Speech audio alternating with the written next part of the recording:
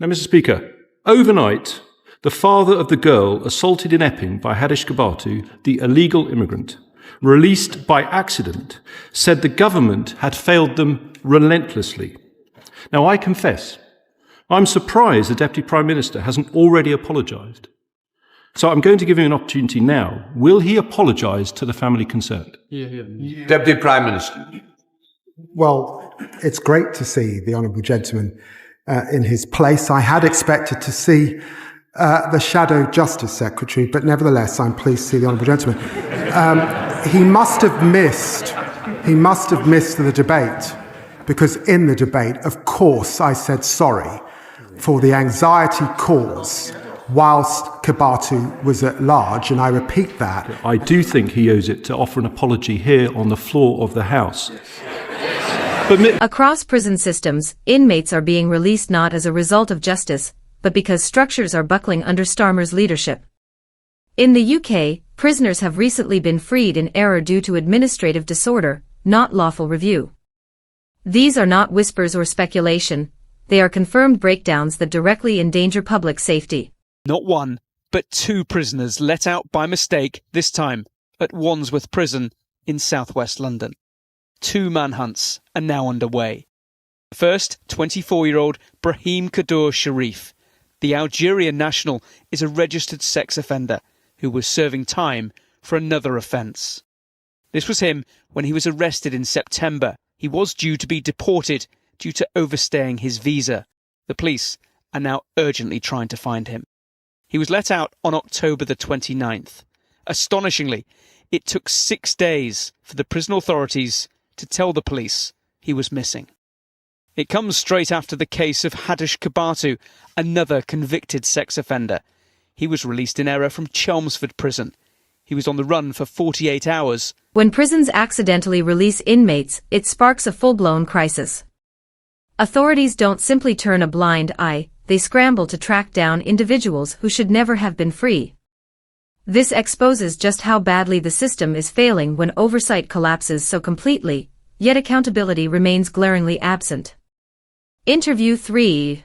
These are very serious matters, Mr. Speaker, which is why I want to ask him a further very important question. Can he reassure the House that since Kabatu was released, no other asylum-seeking offender has been accidentally let out of prison? Deputy Prime Minister. Well, the House is thankfully quiet, so I'm surprised the Honourable Gentleman didn't hear me when I said that of course I apologise and I'm sorry for the anxiety caused. But look, let me just remind him that he was a justice minister that allowed our prisons to get to this state in the first place. And it's now for us to fix the mess that we've got into. It's important that Dame Lynn Annals can now continue her work and understand what is happening. He knows that early release has begun under their watch in 2021. Mr. Speaker, these are extremely serious crimes that we are talking about. I'm going to ask him the question again. Can he reassure the House that since Kabatu was released, no other asylum-seeking offender has been accidentally let out of prison? It's a very specific question for him to answer. Deputy Prime Minister. After his release, I put in place the toughest checks we've ever had in the prison system. It is important that Lynn Owens is able to get to the bottom of her work. I suspect there'll be more checks and balances we need to do. What we inherited was a complicated system that they set up, letting people out on the sly. That's part of the problem we're trying to... The irony is sharp. Some freed prisoners return not out of a sense of justice, but because the chaos leaves them no choice.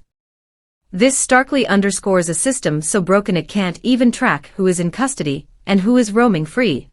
Remains on the run still as well, but significantly, one of the 2 men mistakenly released on Monday, William Smith, Billy Smith, also known as, has turned himself in.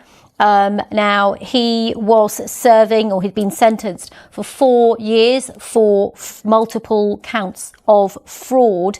some reports there, not confirmed at the moment by us, saying that he turned up at the prison and said, I am the prisoner they are looking for. But that statement from Surrey Police does say that he turned himself. This proves that some inmates are released before authorities even confirm their convictions. Reports reveal prisoners walking out without proper verification, a failure that should alarm anyone concerned with law and order. The danger doesn't stop with a single recapture. Multiple inmates often remain at large after wrongful release, exposing repeated systemic collapses rather than isolated errors. An asylum seeker jailed for sexually assaulting a 14-year-old girl and a woman in the UK and released from prison by accident has been spotted in London. Essex police have urged anyone who sees Hadush Kebatu to call 999 immediately. Kebatu's arrest led to protests in Epping, the town where the assaults took place, and to calls for the hotel that he and other asylum seekers were staying in to be closed down. The Deputy Prime Minister David Lammy was highly critical of the error that saw the offender released. Well, I'm appalled and livid on behalf of the public that Kebatu is at large. He should be deported back to Ethiopia after the sexual assaults that he's committed.